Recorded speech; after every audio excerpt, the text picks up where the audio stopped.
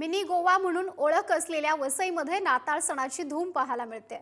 घरोघरी आकर्षक रोषणाई आणि उत्साहाचं वातावरण आहे। 450हून अधिक वर्ष जुन्या होली स्पिरिट चर्चमध्ये मिसा साजरी करण्यात आला। मिसा पूर्ण झाल्यानंतर नाताळला सुरुवात होणार आहे। याबाबत अधिक जाणून घेऊयात। आमच्या प्रतिनिधी अदिती तरडे आपल्याशी जोडल्या गेलेल्या आहेत। अदिती, या दृश्यांमधनं हा सगळा उत्साह पाहायला मिळतो आहे, कसं वातावरण आहे?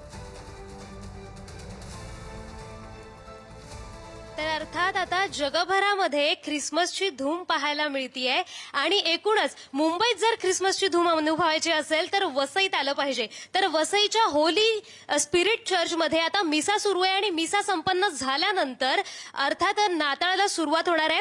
पण वसईमध्ये आल्यानंतर एक गोष्ट मन वेधून घेतेय, ती म्हणजे इथे केलेली आकर्षक अशी रोषणाई। आणि आपण आता इथे वसईच्या नंदाखळमधल्या मध्यभागी असलेल्या क्रॉसच्या इथे आहोत आणि तिथे आपण दृश्य पाहतोय की ख्रिस्ती बांधवांचा, ख्रिस्ती धर्माचा पवित्र ग्रंथ बायबल याची इथे प्रतिकृती साकारण्यात आलेली आहे आणि सुंदर अशी रोषणाई, सुंदर असं देखावा इथे साकारण्यात आलेला आहे। याच ठिकाणी ख्रिस्ती बांधव येऊन एकमेकांना मेरी ख्रिसमस असं विश करतात, ख्रिसमसच्या शुभेच्छा देतात।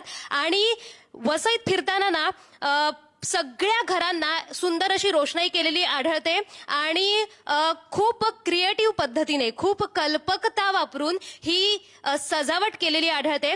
मला वाटतं माधुरी, आपण लहानपणी सांता क्लॉजची एक गोष्ट ऐकली असेल की सांता क्लॉज हा रेनडिअरच्या गाडीवर बसून येतो आणि आपल्या सगळ्यांना, लहान मुलांना गिफ्ट्स देतो। तर त्याचीच इथे रोषणाई केलेली आहे। त्याच्याच मागे एक सांता क्लॉज ज्यावर बसून येतोय असं एक चक्र फिरतंय, त्याची सुद्धा रोषणाई केलेली आहे। म्हणजे बघा ना की प्रत्येक सण जसा येतो ना तसं प्रत्येकाच्या कल्पकतेला, सजावटीला पंख फुटतात। तर इथे आपण पाहतोय की स्नोमॅनचं रोषणाई आणि आकर्षक हा सगळा उत्साह पाहायला मिळतो आहे। धन्यवाद दिलेल्या या सर्व माहितीसाठी।